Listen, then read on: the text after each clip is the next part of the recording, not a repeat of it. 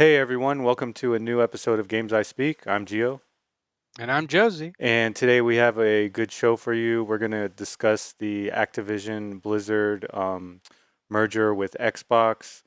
We're going to go over God of War on PC and what made that happen. Some positive press on Pokemon Legends Arceus in Japan, and a potential Armored Core in the works, as well as a Final Fantasy 7 mod if we have enough time. So let's jump into the first story. And this is a huge story. Um, to me, this is even bigger than when they bought Bethesda. Oh, definitely. Yeah, Without a doubt. yeah. This is massive. So essentially, it was announced that Microsoft was purchasing Activision Blizzard, or they're in the works of purchasing it right now. They're gonna pay 68.7 billion, which is insane. And by the way, did you ever hear the rumors of people saying that Microsoft was gonna buy Sega? Yes. Yeah. Okay, so for comparison, do you know how much the market cap for Sega is? Like how much it's worth? Yeah, No. 5 billion. So it's like, so to all those people that think Microsoft, might purchase, they can't and apparently, from what I understand, it has to do with laws in Japan. So, with Which I'm okay I'm with. okay with too. I personally don't want Sega to be purchased by anyone. Exactly. Yeah. Okay. So basically, what's going on is that Activision, and we've covered this. You talked about this, Josie. How people have been boycotting Activision and Blizzard over the past few Yes. years due to allegations of sexual harassment, poor worker treatment, and management of their or poor management of games. Warcraft Reforged comes to mind. Um, the new Call of Duty Vanguard was, a lot of people hated it, and it just, the list goes on. There's been a lot of basically turmoil for that company, right? Yes. And so Microsoft came in and I'm just guessing, they probably were like, look, you guys are having a lot of issues. Uh, why not let us, buy you out, and we can take care of all these things. And yeah, If I may, just real quick, just to make sure. And I could be wrong here. But I did watch a video by another YouTuber, Yang Yeah, about the situation, and actually Bobby Kotick, the CEO of Activision Blizzard, who will soon not be, um, yes, yeah, he's stepping down, right? had a few ideas of trying to salvage the public representation of the company by first thinking of purchasing Kotaku or PC Gamer, Hmm. some media outlets, in order to kind of control what was going out through the media. And that's Uh, that's the that's the but you know what? I'm glad you said that, because that's the way these people think. but then when it came to kind of push comes to shove, that the idea of selling the company was really being pushed by shareholders. Uh, they were actually negotiating with multiple companies, not just Microsoft, Okay. and they were looking at big companies too. Sony was even part of that. Okay. Okay. So Microsoft are the ones that are the highest bidders, and I think the ones that were willing to take the brunt of the social issues that are occurring with Activision Blizzard, and kind of, I guess, change it, realign it for the better. Yeah, that makes sense. So, all right. So that's That's me reporting off of someone else's okay. reporting, No, so Yang take that Yang with is a grain pretty of salt. good. Yeah, I I trust him. agree. Okay. Yeah. So let's. Also, there's another thing. and I read this just before the show, and it's in this article here. There's a studio that is actually unionizing under Activision Blizzard, and Oh, let me see if I can find the name. so you're saying the writing's on the wall? Well, they actually asked Phil Spencer about it. So here we go.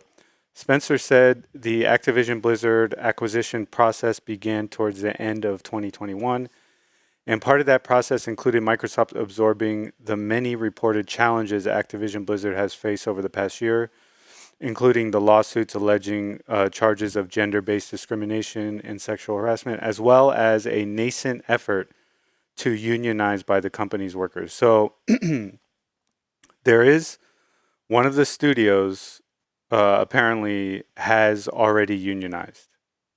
They just passed their union vote, from what I heard. Nice. Okay. So that's pretty cool. So yeah, let's take a look at what he thinks of some of these things because it's very important to know what's on his mind because he's the one who makes a lot of these decisions. Um, Yes. okay, I was looking at the IP list. I mean, let's go, Spencer said. King's Quest, Guitar Hero. I should know this, but I think they got Hexen. Um, and it talks about how Toys for Bob was taken off of um, They're the original developers of Crash Bandicoot, yeah, right? yeah. They were taken off Crash Bandicoot and we covered that and they were put on Call of Duty. So what I think okay, here we go. We're all hoping that we'll be able to work with them when the deal closes to make sure we have resources to work on franchises that I love from my childhood and that the teams really want to get, Spencer said. I'm really looking forward to these conversations. I really think it's about adding resources and increasing capability. Um, and then he goes on to talk about how he doesn't trust big tech to take over a company like Activision Blizzard, meaning he would see it as a bad thing if Google bought them or Tencent bought them or Amazon. Amazon bought them. Yes, yeah. And he says that well, I'm not saying he's saying this, I'm paraphrasing, but he says that he would trust Nintendo or Sony to take over any of these big studios because he knows at the end of the day that they're in the gaming business and they're most likely going to do what's right for gamers. Um, but he does not trust these big tech companies to get involved. So Is Microsoft part of that? yeah, Microsoft is, but the difference is that Microsoft has an established their Xbox team, right? They have this established part of gaming that goes back to the original Xbox and Microsoft games, which has been around a lot longer than these newer tech companies. Um, Yes, but they but are still part of that. Yeah, you're right. They're still yeah, part of it. because historically speaking, a lot of the third-party studios that they've had haven't been as successful under the Microsoft brand as they were before. I think a really good example is Rare. Yes. Rare became a shell of its former self. I don't know if that's because of Microsoft. I can't. I'm just saying Yes. that Halo. it's coincident. It's coincidental. Halo. 343 Studios Yes. and Halo. Halo really sunk to some pretty bad depths up to Halo Except for 5. Halo now, it Infinite, finally. yeah, Yeah. Halo Infinite's been good and Yeah. good good feedback, but ultimately it's not complete yet, Yeah.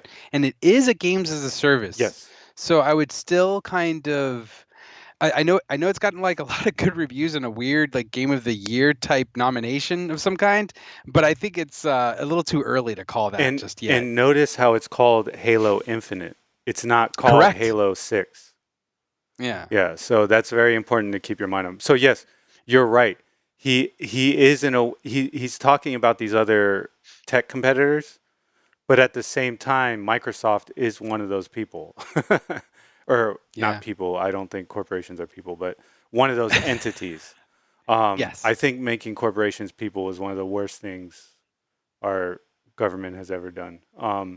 Anyways, so but I do like to hear him talk about these older, forgotten titles. Yes, Uh, I do like yeah, that. But the reality is with the and it's funny. And here I'm just gonna put this in perspective. We've got this Game Pass idea that we know is the future goal of Xbox. Xbox will not be a physical box. It is a service. hmm And Game Pass is the heart of that service. So when I hear him, wax nostalgic about Guitar Hero, I'm like, bruh, you're not about to make some peripherals for Game Pass. I'm sorry. yeah, yeah. So I'm not gonna see a Steel Battalion remake with that huge controller Yeah. brought back for Game Pass. Just think of the ridiculousness of that. Well, so and that's funny you mentioned that because I think we're going to be headed back towards that, but What do you with mean? VR. I think I Uh, think I think VR is going to head back towards that peripheral landscape that we used to have in gaming. Because when you're in VR and you're yes. doing certain things, you can hold an actual item and it'll simulate the experience much better.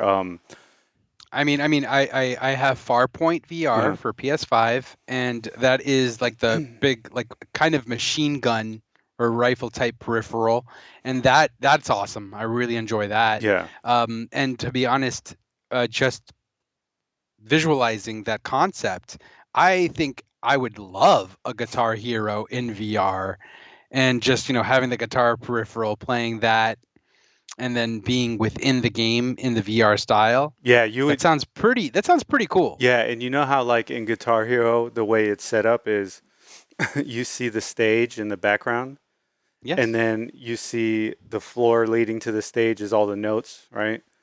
And then you Well, not see just that, like the crowd on the sides. but think of that concept. Yeah, And I'm just thinking in terms of VR, where we've got that three-dimensional space. What if you're in VR, you're playing Guitar Hero, and yes, you're seeing that streaming line of notes, but you're able to move your head. So instead of just seeing the crowd, you move back and you're looking at your drummer and you're rocking out with your drummer, yeah. and the beats are there, and you're like able to see the entire band. That sounds so immersive and awesome. Yeah, yeah, and instead, yeah, like you're saying, the scene would be reversed. You'd be on the stage instead of Yeah. looking at the stage. Yeah. So yeah, I get what you're saying. They're gonna make it. They're focused on this service, and this is how I view it. PC games have been digital for a long time, right? Yes. And the PC market always dictates eventually what's going to happen to the console market. Um, and you're seeing it now with Game Pass, right? Yes. Now, the console market is much slower to adapt, but you're right. Eventually, it's going to, like, look at Google. Look at the way they set up Stadia. And I just saw a video from Spawnwave where he went back into Google Stadia 2 years after. Yes, I saw that Yeah. one too. And It was kind of it sad. was still full of lag. It was still full of lag. And but notice how he was saying like, yeah, you got this sleek controller and that's it. Right? Like that's the Yeah. extent of what you own is this. The cloud gaming technology just isn't there yet. It's not there yet. YET. Yes. The yet is really important because, with concepts that we've gotten, I mean, how many times have we seen concepts roll out hashtag too early? Good example is the PlayStation Vita. The PlayStation Vita is a Nintendo Switch. And look how beautiful the Nintendo Switch is working now. Look at On Live, Yeah. the streaming platform that came out in the early aughts. And we've got something like Stadia coming out well after that. And then Stadia, granted, it didn't have the foothold nor the foundation within the gaming hmm environment that it needed to, but Microsoft slash Xbox are practically doing what Stadia is doing. They But they have that infrastructure. They've already yes, had that foothold. and they already have Um, a couple generations of gamers. Correct. Yeah, and the thing is that they just reached 25 million subs on Game Pass. That's impressive. Yeah, That's nothing to scoff at. yeah. So, yeah, I do, and let me be clear. I am not for any of this monopolization of the gaming industry. I am just not for it. I like having Choice. studios. Yes, I like it to be more decentralized. Studios, this studio works on this studio works on that. Yes, they can be invested in by Sony or Nintendo or whatever, but this is not what that is. This is complete top-down control, right? Oh yes, And it's horrific yeah, thinking about yeah, this. this is monopolization like at an extremely crazy rate. Now, Well, how about you elaborate on that? Like, what is your vision of the Microsoft Xbox Game Pass future? so here's the thing, and I know he's nostalgic talking about these older titles, Phil Phil Spencer. Spencer, but you're right. When one organization, right, takes over something as big as Activision Blizzard, which was doing a shitty job, I'll have to say. But It was doing a shitty job, but and I apologize for yeah, yeah. interjecting. Call of Duty is literally one of the best-selling media of all time across all demographics Yes. or all genres. Yeah. It beats out movies. It beats out obviously books and music. Uh, it's an incredible thing, or it's incredible IP. Yeah. No, I agree. And what I was going to say is that even though they've been doing a shitty job recently, they are still they were just focused on games, right? That's what they Yes. did. They focused on games. And look how much trouble they were having managing their games, right? Now you take Microsoft, which is this gigantic Uber corporation, right? They're not going to be able to handle these small titles like he's talking about in the proper way because it's too top down, right? If your organization is very top down, people are always reliant on getting the word from up above. They don't want to make risky creative decisions. You know what I mean? They're going to hold off. They're not going to say, "Hey man, what if we did this cool thing?" No, no, it's got to be approved by corporate. You know what I'm saying? And that's why what Mm. happens is when a lot of these companies monopolize, if they're not able to manage everything that they monopolize, they end up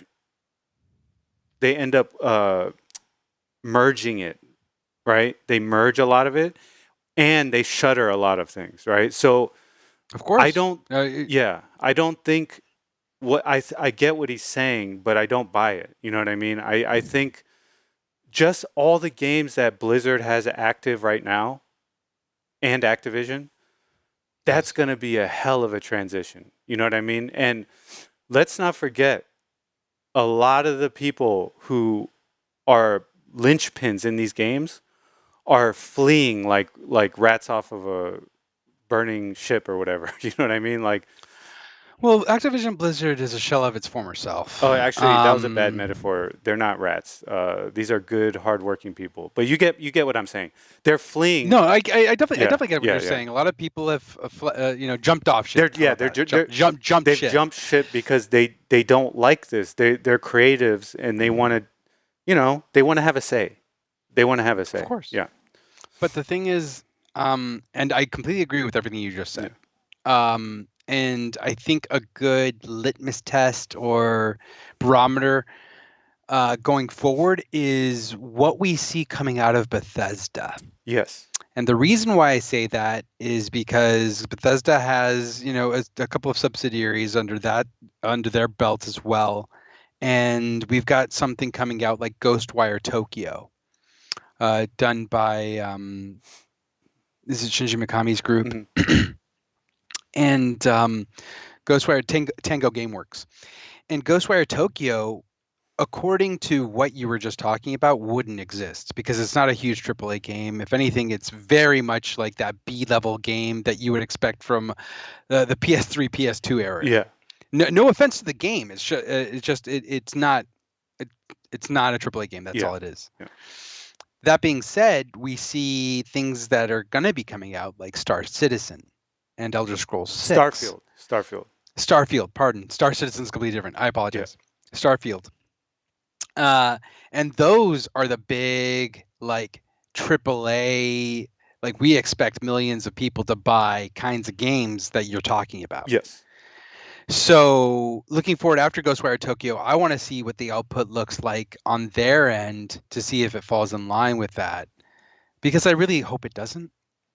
I mean, yeah, don't get me wrong. I'm not calling for their failure. I'm just saying this is what tends to happen. You know what I mean? Correct. No, and you're Yeah. right. You're right. Yeah. I do see. I mean, we're seeing it right now with Sony and Naughty Dog, in like how like some of the studios like Bend are being pushed to do stuff for Last of Us rather than something for Days Gone or another new IP. Yeah, and what happens is they leave. The workers leave because they're like, this is not what I want to do. These are a lot of these people are creative people. You know what I mean? They get into this field because they want to work on a project that's meaningful to them. You know what I mean? Something that they can look. I worked at a video game company for a short time, and they put me on a project I didn't like, and it's just.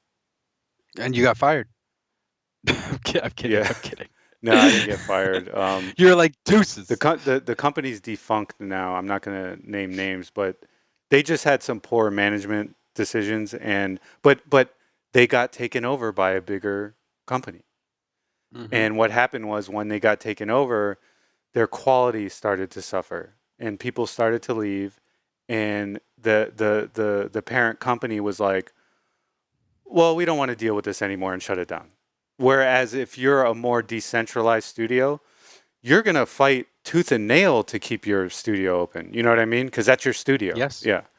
And so that's what people have to realize here. I mean, you're right about bringing up Sony.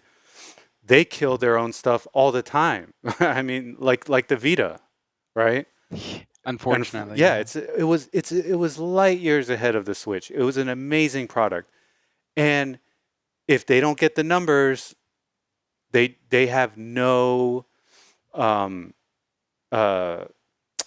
don't know what the correct term is. I know people use like, they're not married to it, but that's more of like a negative way. I was gonna say no qualms. No, not no qualms. And like they have no love, right? They have no love because these are big corporate decisions, right? Mm-hmm. These people didn't spend hours and hours, working on the Vita. They don't know how beautiful and elegant of a machine it is. They just see the numbers and they're like, oh, we're spending this much for staff, and this is how much we're bringing in. Okay, let's kill it. And that's what happens with a lot of these, these giant studios or even the small studios that get swallowed up, is that the people at the top making the decisions, they just see numbers. That's it. Yes. They have no love for the actual project. So to them, it's very cut and dry. It's not performing right, shut it down. But how many indie studios have we seen put out a game that fails and their next game is amazing? You know what I mean? So many times. So many times. But that can't happen when you're under a giant corporation a lot of the times because they just don't tolerate. They don't have the patience for that. So I think, and I mean, and like to bring this back to the gaming space, games cost so much to create. Oh yeah.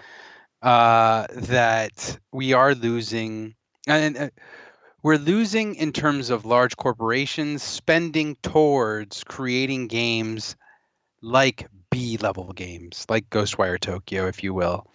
And some of these games are games that I personally love, like the lower level games that become like cult favorites. Yeah, those and are the ones that that do space become cult favorites.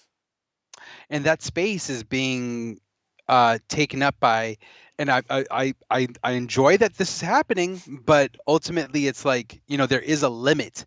Indie titles, indie Yeah. games, indie corporations are taking over that space. But I don't know. Would it be too much for me to say that we're getting also a lot of oversaturation of sameness because there's not they can't spend as much money as a large corporation could?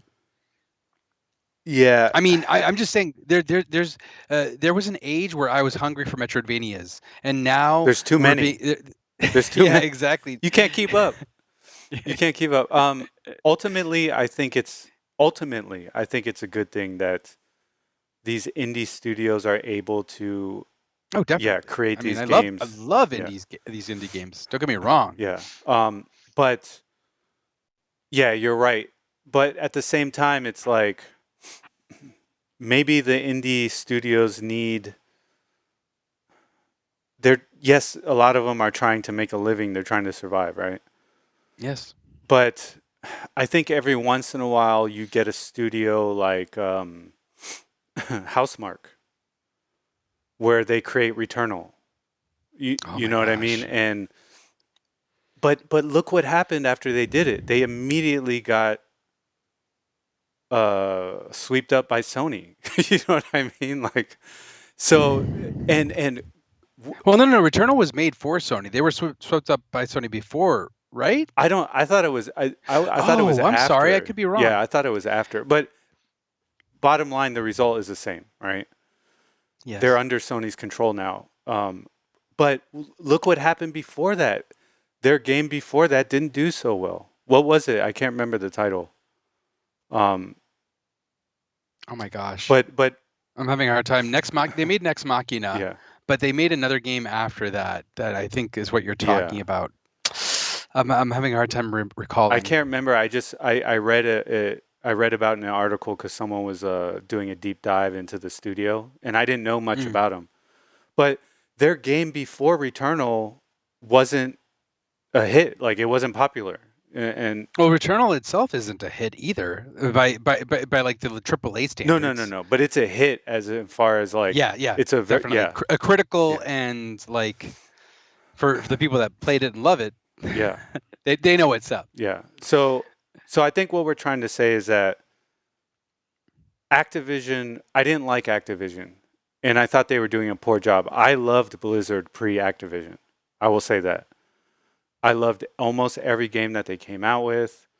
Um, I grew up on these games. I grew up on StarCraft. I grew up on Warcraft, or yeah, Warcraft, um, Diablo. Diablo. Man, I remember playing Diablo 1 in high school.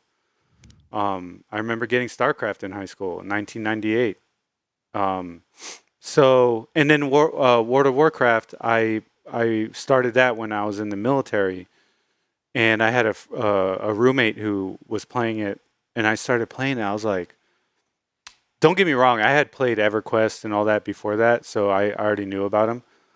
But I was like, it was just a amazing time in my life. And one of our good friends, who passed away a couple years ago, he loved that game. You remember that? He Yeah. used to spend hours and hours. We would have to tell him like, dude, take a break, man. Like, but he just loved it, and it like what he told me about it was he was like, it just makes me feel calm because he was having a lot of stress and stuff at the time, and he was just like, this game just makes me just chill, and I need that. These are the types of games we're talking about. You know what I mean? It's not just yeah, it's this game or whatever. No, these games mean a lot to people. So I think you're right. We should look at what happens with Bethesda in the next few years. And then we should see what happens with some of these communities and how they treat them, especially World of Warcraft, right? Um, Yes. and just see what happens because it would be, it's always a shame to see. And it doesn't have to be bought out to be neglected. I mean, we bring up Konami all the time. I mean, they're on our list, of mistreating their own IPs. Like, They're a pretty large offender, yeah, they're a yes. pretty large offender. So it doesn't have to be bought out, but yeah, this is a serious thing. I mean, this is a big thing, and it could change the landscape of gaming for the foreseeable future. And Well, here's the thing: we have to admit that the landscape of gaming is completely changing as it is currently. yes, And Game Pass is doing that. Xbox and Microsoft are pioneering the way. They have not only the power, but they have the capability, and they're obviously flexing their muscles with this purchase of Activision Blizzard. yeah, and you and me are clinging on to a dying era of gaming. And Yes, I yes. will tell everyone here. You know what? I'm probably going to do a video on this at some point, where I'm going to go over all the online stores that you and me shop at, and to let people know, where to get these games. But Yeah, that'd be cool. limited run games, special reserve, strictly limited. Can you name a few off the top of your head? I mean, you took the three big ones, Yeah. man. Um, Those are the ones I usually Nicholas. frequent. Nicholas, they sell in brick and mortar Yeah, stores yeah, though. They sell through Amazon and stuff like yeah, that. Yeah, I mean, I love Nicholas special edition or not special editions to some because the regular editions are like current special yeah, editions. They come with like manuals and keychains and little goodies inside. That's like unheard of nowadays. It's like, yeah, yay, I'm happy I got a disc yeah. So to or a manual. all the people like that, like me and Josie, who we're starting to feel obsolete. And let's be honest, the way YouTube is changing is also changing the gaming landscape, because they don't promote um, small time gaming content creators anymore. You know what I mean? They Yes. promote mostly corporate or corporate friendly content. Yes. And As long as it passed some kind of litmus test. yeah, and if you're a streamer or a YouTube guy, and you are not if you're not corporate and you make one mistake, you'll get banned or you'll get demonetized. You know what I mean? So the landscape is changing, and you and me, we're trying to grasp and hold on, and that's why it's important to support indie games and to support indie game publishers like Limited Run.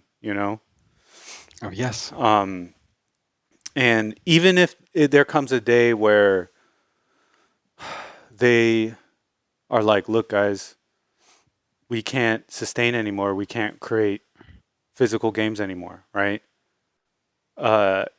Even if that day comes, I'm still going to try to, support the digital version of whatever there is. You know what I mean? Whatever's left. So, yeah. It's so funny that you say that. I'm definitely not of that camp. Well, yeah, you're stocking up for the gaming apocalypse. Yes. Yeah. Yes. I actually made some high profile purchases recently. Yeah. But what's it called? In general, my stance is I actually do agree with you Yeah. to kind of turn the tables here a little bit. But in regards to how I will support, it will most predominantly be through Steam. Yeah. And it'll be PC only rather than purchasing a digital on some kind of console. A good example, I don't think this is Kingdom Hearts going to be covered at all today? No, but I saw that they're about to release the cloud version. So that's an excellent example. Yeah. Kingdom Hearts is getting the cloud version on the Nintendo Switch. Mhm. It's the only way that's going to be running on the Nintendo Switch. They don't have a physical version planned, and these games are PS2/PS3 remakes that have been high defified for the PS4. Or the Xbox One, and then Kingdom Hearts 3 and Kingdom Hearts 2.8 are the only games that have been made actually from the ground up next gen. Mhm. And so I don't see any excuse for the previous games. But MVG Modern Vintage Gamer did a video explaining the business realities of why they would do such a thing, and the reason being it does take time to get those physical editions created and done, and it's much easier to just have that cloud version hanging up in the sky and just streaming to whatever console to play it. Um, Damned if there be lag or any kind of connectivity issues, Yeah. which is a major problem, Hmm. especially nowadays. Yeah. Will it improve in the future? Yeah, but not now. And so my response to that was literally, I even showed you, Geo. I showed you yesterday.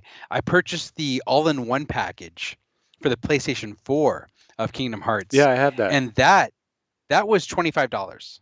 Yeah, yeah. I, I I bought that for $25. That's literally everything that's in the cloud version that they are selling on Switch for $80. Yes, and it's physical. You own the discs. You can do what you want with them. You can resell them. You can give them to somebody. No issues with No lag. issues with lag. You know what will really be a travesty What's that? is if someone sells a cloud game on a physical cartridge. I wouldn't be surprised. I mean, I still haven't, even though Devil May Cry 3 is the best version on Nintendo Hmm. Switch because of the opportunity to go ahead and switch between Hmm. styles without having to be at the main menu at the beginning of each chapter or level. Uh, that which already that so many gameplay possibilities. That's such a great game. Yeah. I'm not purchasing it because it's only available digitally, and even the physical version that they brought up for the Switch, it only includes Devil May Cry 1 and 2, and the third version is a download code. Yes. So these download code type dealies are already being sold. I think Xenoblade Chronicles 2 Torna was a download code. I forget. Well, I well, we can find out. I have one. Hold on. here's the thing: Monster Hunter World, Iceborne. Shoot, Monster Hunter World Iceborne DLC. There is no physical copy of that game. They only had a physical like case that they sold. Hmm. So I mean, we're already kind of there. Yeah. And they did the same thing with Damn, I can't find it. Endwalker, Final Fantasy 14. Every version of Final Fantasy 14, in terms of their Hmm. expansions, they've always had a physical copy within their collector's edition that includes, uh, the download and whatever expansion was there. Obviously, yes, it's an MMO. You're gonna have to be downloading stuff anyway. But I'm just saying it came with a physical Hmm. disc. Uh, the Endwalker version doesn't even come with a disc. They don't sell it. It's only digital. Yeah. The only physical representation of ownership of that game is maybe the collector's edition, where you get a box that has Endwalker art on it. But that's about it. Yeah. The last World of Warcraft game I bought, I actually have it, was Mists of Pandaria, and that had the discs in it. But if you want, like, if you wanted a physical version of World of Warcraft, um, on the newer ones, I think you had to get the collector's edition. They still had the discs in there, but they're so hard to get. I mean, they're Yeah. gone like that. You know what I mean? Yes. Um, I mean, even the Endwalker collector's edition, I was lucky to get it. yeah. And that didn't come with the physical copy of the disc or any kind of disc at all. So like I mean, I'm part of the problem right Hmm. there, and I'll completely fess up to it because I'm a Square Enix like shill. So here I am, Well, like no, you're not not a buying the cloud version of you're not Switch, a but shill still, because you still criticize them. yeah, You're just a fan. You know? yeah. I'm a big Yeah. fan, and but I mean, like it's. I, I should be consistent, and it's very difficult to stay consistent when it's like, oh, I want that Endwalker gear. I want, this little collector's edition that I can physically put in my room and see it and be happy because it gives me that dopamine kick. Yeah. Yeah. No. No. Dude. I totally get it. So yeah. I mean that it's a crazy thing, and it's a big change. It's a big change on the landscape, and we've seen it coming for years, and I just hope Microsoft doesn't. mishandle any of this their IPs. I mean, I really want a new StarCraft. I really want a new expansion to World of Warcraft, but one that isn't like the past one that made me kind of quit. I want Diablo 4 to be good. I want a new Warcraft. You know, Maybe a new remaster of Warcraft 3. yeah, yeah, one that's not crappy. But yeah, so yeah, all those things, they're very important, and yeah, we're going to be keeping an eye on Starfield coming out this year. Yeah. And also Tokyo, what's it called? Ghostwire Tokyo. Ghostwire Tokyo, yeah. Also, I mean, what are they going to do with the Fallout series? Fallout 76. What are they going to do with that? Yeah. Are they going to jump ship yet? Yeah, that's a good question. Because the game has fixed a lot of the stuff that was previously wrong with it. Yes. There's people who actually enjoy it now, so yeah. I mean, people have enjoyed it from the get-go. Far and few between as they were. Yeah. So yeah, there you have it. Microsoft purchased Activision Blizzard, and that is, I was shocked. So, but yeah, The world got shook. let us know what you think in the comments below. Do you think it's a good thing? Do you think it's a bad thing? Are you a fan of their games? Are you not a fan of their games? And let us know why. And also, chime in on how you feel about the digital versus physical debate as well. I know some people could care less, but I know some people actually like to own their games outright. So let us know what you think about all these issues in the comments, and we'd love to hear from you. Okay, next up, God of War released on PC. So this was an interesting article because this was actually on Game Informer, and it was written by Ben Reeves, and he talks with a developer, I believe, and the guy's name is Corey Barlog, and Corey Barlog is the director of the game. He was the assistant director under David Jaffe for God of War 1 and 2. Okay. So there's one thing that I picked out that I wanted to read. This is a pretty interesting interview. I'm going to post it in the comments so you can read it. But this is the point I want to focus on. How much insight do you guys have into how Sony decided that the PC was a market they wanted to push this one on, or this onto? Was that something you were championing early on? Barlog, I think it was a collective of studios all over saying, this is a really good idea. We should be looking into this. Eventually, I think it reached that tipping point when we had sent so many suggestion box suggestions that they were like, I'm tired of hearing all this. Fine, we'll do this. It's a process. We're still figuring it out as a company and as individual studios, how to do this and what the process and strategy will be. Strategy will be. So do you think that we might see Ragnarok on PC sooner than 4 years after its console release? Barlog, I have no idea. Right now we're taking it one game at a time, kind of looking at each one and determining, okay, is this the best thing? And we'll gauge how it does. Do people enjoy it? Did we do it right? Is there anything we did wrong? What can we do better in the future if we do this again? But at the end of the day, ultimately, it's Sony's decision. Okay.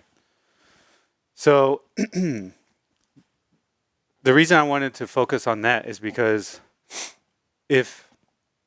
first of all, the game is doing really well on PC. Awesome. Yeah. It's a great game. Yeah. People love it. It's running really well. And there's so many people who never played a God of War game. You know what I mean? That they just don't know how good they are. Yeah. And well, this one plays substantially differently from the original ones, only because This one takes kind of like that over the shoulder type view, Hmm. and also has different weapons, but it's an incredible experience. Yeah. So I will be upfront. I haven't played it yet. Mm. And so I need to.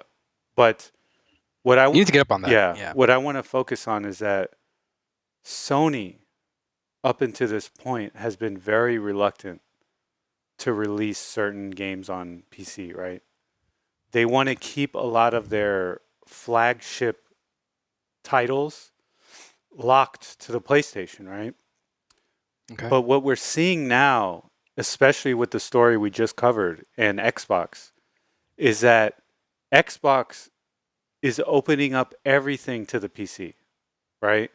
They have a Xbox console Game Pass and they have a PC Game Pass, right? They released Halo Infinite on console and they released it on PC at the same time, and so they're making a push to capture both console gamers with their Xbox and PC gamers, right? Okay. And they're not afraid of releasing games on Steam either. I mean, they release you you can get I play Halo Infinite through Steam. You know what I mean? Okay. So they're not afraid of going into other platforms and kind of reaching a new audience. Sony to this point is very reluctant. And for example, Street Fighter. When they released Street Fighter for Street Fighter 4, it was it's been what, 6, 7 years now? Something like that. It's been a while, right? It took them a couple years before they put it on PC. And when they put it on PC, everyone was like, wow, this is so much better than the console version. And everybody switched to PC. All my friends switched to PC because they hated the lag. They didn't like, it was like stuttery, and they fixed most of those things. But the point is that people want to play games, especially competitive games, on a more powerful rig with better infrastructure, uh, better graphics. And I know you prefer console, but like for me, I've always played the Dark Souls games on PC. You know what I mean? Yes. Um, so with the release of God of War and its success, and this guy saying, "Hey, look, we've been telling Sony for years now." Do you think Sony is gonna change course and realize like, "Hey, we gotta start releasing some of these IPs on PC," or are they still gonna be kind of like, you know, the walled garden approach? Well, I'd argue that they already have been doing it. I mean, Days Gone is on PC. Death Stranding, even before the director's cut, was on Hmm. PC. Horizon Zero Dawn is on PC. So I believe they've already been making strides in order to break into the PC market Yeah. and kind of be like, hey, our IPs are also available on PC. Um, Now the question is, are all of them going to be on PC? Wait, or when is Ghost of Tsushima going to be on PC? Last of Us Or too. even Last of Yeah. Us? Yeah, exactly. Last of Us, Uncharted. Um, a lot of these major Sony IPs, uh, I think they were testing the market with some of these other games, but I believe, to your point, that they are kind of wading in the pool, if you will, Hmm. trying to figure out how to compete with Game Pass slash Microsoft slash Xbox. Um, and currently, their only avenue, really, because they don't have that kind of Game Pass infrastructure. PS Now is a poor example of that. Yeah. Yeah. I've Um, never used PS Now. Have you? no, never. Yeah. I mean, I've never needed to Yeah. because I have a PS3. I'm not about to stream my PS3 games. Um, but what's it called? I was saying that I think that they're trying to get that kind of notoriety within the PC space, since they haven't had it. They haven't had it in so long, Yeah. and I think they're really trying to figure out their identity within that space, because I don't know how they're supposed to compete with Game Pass, or the oncoming digital apocalypse Yeah. that will be streaming games. I just don't see them on their own competing. Nintendo does their own thing. Yes. They're always going to do They've their own gone thing. their own way the entire time. They'll be Yeah. fine. They'll figure something out. I mean, in terms of their internet, they've been terrible, Yes. but it's still one of the best-selling consoles. And It's got some of the greatest games out there, it's, I love my Switch. and it continues to innovate. Yeah. Yeah. I love my So Switch. I think Nintendo will be fine. Whatever they do, but Sony and Microsoft are very closely can be closely compared against each other, and I would say that Microsoft is quickly breaking away Yes. from Yeah. Sony within the game market, and they are paving the path to a future that I feel like Sony is struggling to follow. Hmm. No, How about I you? think that was a good assessment. I really Mm. do. And you're right. You're right that Nintendo has always kind of paved their own way. You know what I mean? That's what makes them unique. They don't need the strongest console. They don't need the best graphics. You know what I mean? Yep. But they're still super successful because they do what they do well. But yeah, I think the success of God of War is going to encourage them to release more games on PC. And it'll be interesting to see. It'll be interesting to see because it's funny every time, like Monster Hunter Rise, right? Yes. Every time. So Monster Hunter Rise came out, and a lot of Switch people were like, "Yeah, this game's great," but it flew under the radar as how great of a game it was, in my opinion. Right? It Okay. comes out on PC, and it gets a whole new second life. You know what I mean? All these. Did you get it on PC? No, no, because I'm still debating because they don't. They're not going to allow crossplay. That sucks. So my original plan They was, should. I know, Minecraft allows crossplay. my original plan was get it on PC, port my Switch character over, continue playing my Switch character, and then when you and John play, I was about to say we'll never see you again. exactly. But now, if I do make the switch to PC, I will never be able to play with you guys again on Switch. So it sucks. I wasn't happy they did that, but it is what it is, you know. Yeah. Um, Well, when I get my Steam Deck, maybe I can go ahead and do Monster Hunter Rise yeah, on PC. yeah, yeah, yeah. You should be able to. Whenever that happens. Yeah, yeah. Okay. Next up, Japan Press have played Pokemon Legends. It's an experience like no other. So I just I don't know, man. I just That sounds like a lot. I just want to say disclaimer.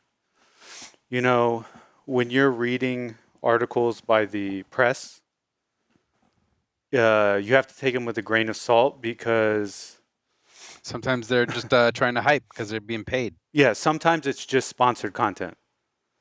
And they don't come out and tell you directly that this is sponsored content. You know what I mean? So yeah, that's all I got to say. Okay. So Famitsu praised the game for moving the Pokemon series in a new direction, saying it's safe to say that this game is completely different from previous titles. The first thing that impressed me when I started playing was the exhilarating feeling of moving around freely in the vast field. It also praised the way Pokemon could be found freely roaming around each area, and the excitement in wondering which species would be encountered each time they reached a new one. The ability to ride Pokemon was also commended, with Famitsu reporters saying it made traversing the open world more exciting, especially when using a flying type Pokemon. It feels great to just be able to fly freely in the sky, but it's especially fun to look for Pokemon that look small below you. And then they have Game Watch and 4Gamer. And so, yeah, I think it's a good sign that these that they're praising the game, but I think the big test, and we talked about this last week. We covered this game. I think the big test is going to be look, Pokemon players, right? Especially those who have been with the franchise for a long time. They already expect a certain thing, right? A certain magic with the series. And if you're taking it in a brand new direction, you're risking alienating some of those players. The question is, how many of them are they going to alienate? You know what I mean? And I think we're just not going to know until the game comes out, which is coming out on the 28th. I've pre-ordered it, so I'm looking forward to trying it out. And yeah, we just have to see how many of the gamers welcome this new type of Pokemon game, you know? Oh, actually, your mic went out. Oh, I'm sorry, I was muted. Okay. Yeah, so what I were was you going going to to say? say, I was going to say that it could alienate some of the old heads, but at the same time, it could find a new market, and that's always a possibility as well. Yes, very true. That's all. That's all I wanted to say. Yeah. And who knows if that new market, is more of the casual crowd where it kind of like blows up. Yeah, yeah. No, you're right. You're right. So, okay. Um, next up, I picked this story for you. Mm. Details of unannounced From Software Armored Core game reportedly pop up online. Okay. Okay. Screenshots have surfaced. Okay. Over the weekend, details of a new Armored Core game turned up on the internet, apparently originating from a consumer survey. At the time, only text details were posted. Now a series of screenshots have leaked as well.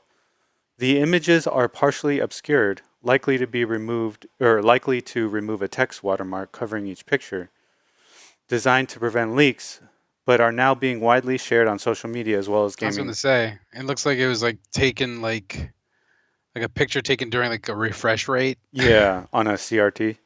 Yeah. Okay, so let's take a look. So here you can see like a mech. Okay. These are Okay. some sci-fi backgrounds. More sci-fi backgrounds. So oh Are yeah, and these? here's I some mean, more oh, mechs. okay. I mean, but these. Okay. I mean, maybe I can't tell through the quality, but this looks like um, what's it called? Concepts. Like you know, kind of like Concept an art art? cons. Yeah. Yeah, Yeah. exactly. Rather than an actual screenshot of a developed game, because that looks kind of like well done. Yeah. Yeah, it does. It does. And the lighting looks like somebody painted it. Yeah, that's. I didn't know if it was like the fuzziness of the Yeah. screen or something. I didn't know. Maybe I need to clean my own screen. So, could you just give a brief overview of what the Armored Core series is? Because there's a lot of people who don't know about it. Fair enough. I will do my best because I'm one of those people that doesn't know about it. Uh, Oh, you've never played an Armored Core game? I actually have not. I've purchased two of them, and Okay. the only reason why I've purchased them is because I'm a big fan of Hidetaka Miyazaki. Mm-hmm. And Hidetaka Miyazaki, he's the one that we can thank for things like Demon Souls, Bloodborne, Sekiro. Mm-hmm. He's the current president of From Yep. Software. But before he even made Demon Souls, he was working on Armored Core, and I believe he worked on Armored Core for Answer. Armored Core in and of itself is like an action slash mech management sim where you go ahead and it has very detailed capabilities of designing the mech that you are creating or fighting in, and like you can choose the endoskeleton, the exoskeleton, and any additional add-ons that go from head to toe. So it's incredibly in depth and not for the faint of heart. Yeah, it's a hard game, right? Yeah. Correct. But it's very much for those people that like to micromanage, but also see their creations come to life and battle with them. Yeah. So I actually have not played it only because I just haven't gotten to it yet. I do, like I own Armored Core 4 and Armored Core 4 Answer, Okay. So what's the difference and between that and Metal Wolf Chaos? Metal Wolf Chaos is more of a third-person action game with a mech, like you're fighting inside a mech. Mhm. But it is very much akin to just any kind of third-person action game where you're Okay. running around and just trying to fight and attack. There's a little bit more strategy in terms of how you load out your mech within Armored Core. Okay. That's the best to my understanding. I could be wrong, and if anyone in the comments would like to let us know, please do so. Okay. Yeah, no, I think that's a good explanation. And the game takes place in the future in a post-apocalyptic world where you're kind of like a mercenary. I think it tends to change between Hmm. games, but definitely very much akin to something like Metal Gear, Hmm. where it's like what'd you say, mercenary, Yeah. like very Yeah, much you're like a that. Yeah, mercenary. private military contractor, Yeah. something like that. Yes, exactly. Okay. And so yeah, I'll be looking for it because I kind of found out about From Software late. They've been around a while, Yes. and they haven't hit their stride until Dark Souls. So I'm curious to see some of their other games. Okay. And the final story, it's not really a story. I just wanted to bring it up. I thought it was cool. Someone created a mod that introduces a fully playable Red 13. Oh, interesting. And this is obviously for the PC game. Um, you can actually get the mod on Nexus Mods. And if you go to YouTube, I can't play it, but if you go to YouTube, you can see video of somebody playing as Red 13. Are you gonna get the PC version? No, no, you got me Integrate for Christmas, so. Well, I'm just asking because I mean, even though I got you Integrate, the PC and the ability to mod things, I mean, that's a selling point in and of itself. Yeah, that's true. I think I want to play Integrate first, and see, because if I play it and I'm like, oh, let me mod it out, or I'm just like, okay, that's good. I'm gonna move on to the next game. I think it depends on that because I have such a backlog right now. It's not even funny. That's fair. No, I Yeah, mean, but you and I both. But here's the thing: that backlog is there to prepare for the eventual digital I apocalypse. know. It's I fine. know. It's fine. We'll be covered. I know. I know. So yeah, that's it for this week, everyone.